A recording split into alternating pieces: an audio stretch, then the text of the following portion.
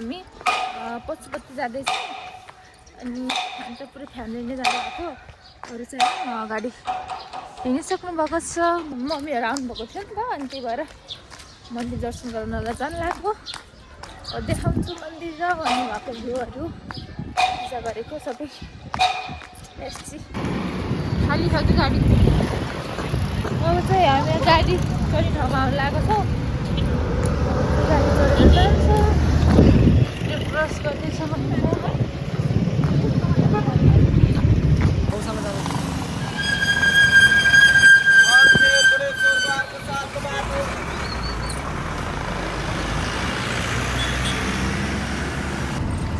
Today I am taking you on a special family trip to Pashupatinath temple in Kathmandu. Let's explore this beautiful place together.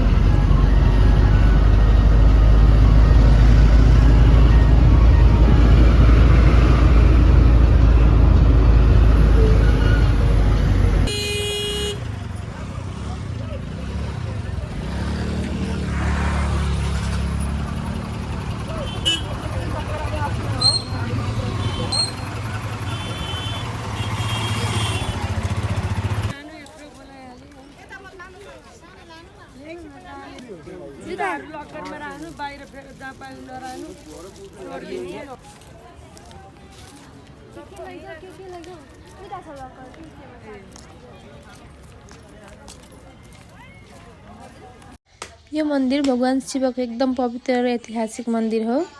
यहाँ नेपाल मात्र नभएर India र ओरभरिका भक्तजनहरू दर्शन गर्न आउने गर्छन्।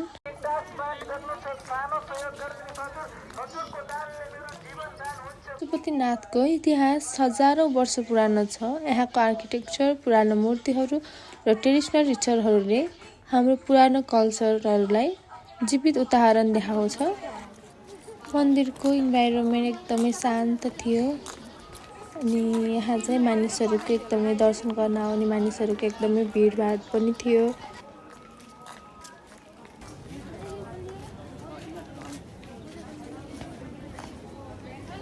मन्दिरमा प्रवेश गरिसकेपछि हामीले प्रसादहरू ल्यायौँ र त्यहाँ अब भित्र छिनामिलामा चाहिँ जुत्ता चप्पल राख्ने ठाउँ रहेछ। त्यसमा चाहिँ हामीले जुत्ता चप्पल राख्यौँ। त्यसपछि हामी मन्दिरभित्र जान लाग्यौँ। भक्तजनहरू भन्छन् यहाँ सच्चा मनले मागे इच्छा पुरा हुन्छ। विशेष गरी महाशिवरात्रिमा माग्दा झन् फलदायी मानिन्छ भन्ने।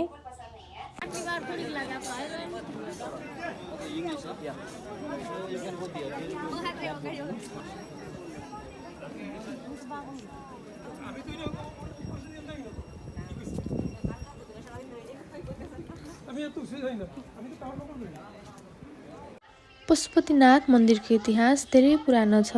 मानिन्छ कि यसको निर्माण करिब 5औं शताब्दीमा भएको थियो र पछि विभिन्न राजाहरूले पुनर्निर्माण तथा विस्तार गरेका थिए। हिन्दूहरूको लागि यो मन्दिर अत्यन्त पवित्र तीर्थस्थल हो। विशेष गरी महाशिवरात्रिमा लाखौं भक्तजनहरू यहाँ दर्शन गर्न आउने गर्छन्।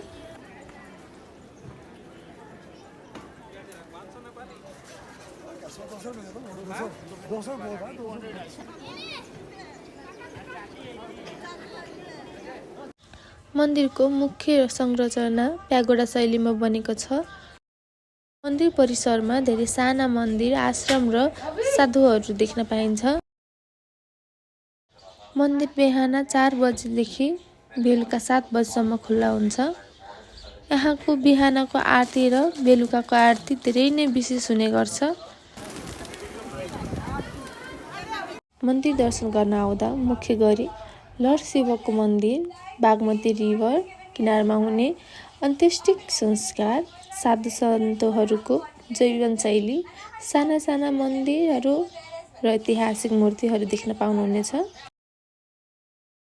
मुख्य गरी महाशिवरात्रिमा लाखौं भक्तजनहरू आउने गर्छन् र तीजमा महिलाहरूको ठूलो उपस्थिति हुने गर्छ। कथा अनुसार लर्ड शिव कहिले यहाँ हिरणको रूप लिएर आउनु भएको थियो। देवताहरूले खोज्दा उनको एउटा सिङ भाँचियो र त्यही स्थानमा शिवलिङ्ग उत्पन्न भयो भन्ने विश्वास छ। मन्दिरको मूल गेटभित्र फोटो भिडियोहरू खिच्न प्रतिबन्ध लगाइएको छ। मन्दिरभित्रको शिवलिङ्गमा 4 वटा मुख गरिएको छ, जसलाई 4 मुखी शिवलिङ्ग भनेर चिनिने गर्छ, जसले लर्ड शिवका 4 रूपहरूलाई जनाउँछ: तत्पुरुष, अघोर, सङ्घजात, वामदेव। यहाँका मुख्य पुजारीहरू प्राय साउथ इन्डियाबाट ल्याइन्छन्। यो परम्परा धेरै पुरानो रहेको छ। मन्दिर परिसरमा धेरै बाँदर छन्। कहिलेकाहीँ तिनीहरूले खाना खोज्ने पनि गर्छन्, त्यसैले आफ्नो सामान ध्यान दिएर राख्नुपर्ने हुन्छ। यहाँ धेरै साधु सन्तहरू बस्ने गर्छन्। कुनै खरानी लगाएका, ध्यान र तपस्या गर्ने, केहीले भविष्यवाणी गर्ने पनि विश्वास गरिन्छ। यहाँ बेलुकाको आरती बागमती रिभर किनारमा हुन्छ, जसमा दीप, मन्त्र उच्चारण, सङ्गीत एकदमै शान्त र आध्यात्मिक अनुभव हुन्छ। मन्दिरको बनावट नेपाली परम्परागत प्यागोडा शैलीमा बनेको छ। धेरै मानिसहरू यहाँ ध्यान गर्न, मन शान्त बनाउन, आध्यात्मिक अनुभव लिन आउने गर्छन्। यो मन्दिर युनेस्को वर्ल्ड हेरिटेज साइटमा परेको छ, जसले यसको ऐतिहासिक र सांस्कृतिक महत्त्व देखाउने गर्छ। पशुपति भनेको सबै जीव-जन्तुका स्वामी। यसले देखाउँछ कि लर्ड शिव सबै प्राणीका रक्षक हुन्। मन्दिरका मुख्य 4 वटा ढोका छन् र पुरै मन्दिर चाँदीले बनेको छ र यहाँ चारै दिशाबाट दर्शन गर्न मिल्छ। लर्ड शिवलाई हिमालयसँग पनि जोडिन्छ। पशुपतिनाथलाई पनि शिवको प्रमुख वासस्थानमध्ये एक मानिने गरिन्छ। यो मन्दिरको वर्णन पुराना हिन्दू ग्रन्थहरूमा पनि पाइने गर्छ, जसले यसको महत्त्व हजारौँ वर्षदेखि रहेको देखाउँछ। नजिकै रहेको आर्यघाट राजाहरू र महत्त्वपूर्ण व्यक्तिहरूको अन्त्येष्टि हुने ठाउँ बागमती रिभरको सबैभन्दा पवित्र घाट मानिने गरिन्छ। यहाँ हुने दाह संस्कार एकदमै धार्मिक मानिने गरिन्छ। विश्वास अनुसार यहाँ अन्त्येष्टि गरेमा आत्मालाई मोक्ष प्राप्त हुने मानिन्छ। यहाँ तपाईहरूले एउटै ठाउँमा पूजा, भक्ति, अन्त्येष्टि संस्कार दुवै देख्न सक्नुहुन्छ, जसले जीवन र मृत्युको वास्तविकता बुझाउँछ। If you ever visit Kathmandu, I highly recommend coming here at least once, taking blessing of Lord Shiva and enjoy the rich culture and heritage of this famous place.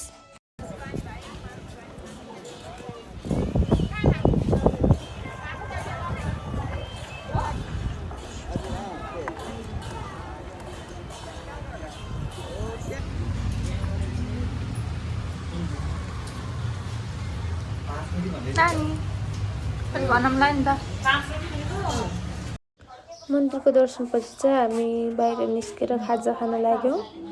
अनि खाजा खाइसकेपछि चाहिँ हामी फेरि घर फर्किनलाई गाडी चढ्यौँ।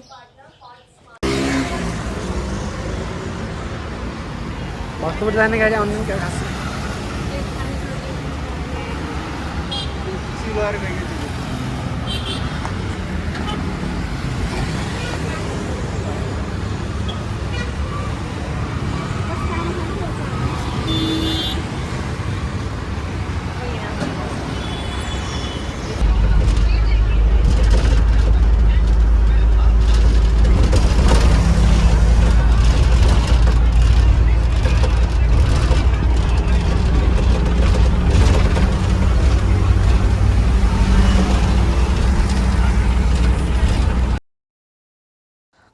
घर पुगेपछि चाहिँ सबैजना भोकाएको थियो र अनि सबजना मिलेर चटपटे बनाएर चटपटेको खायौँ।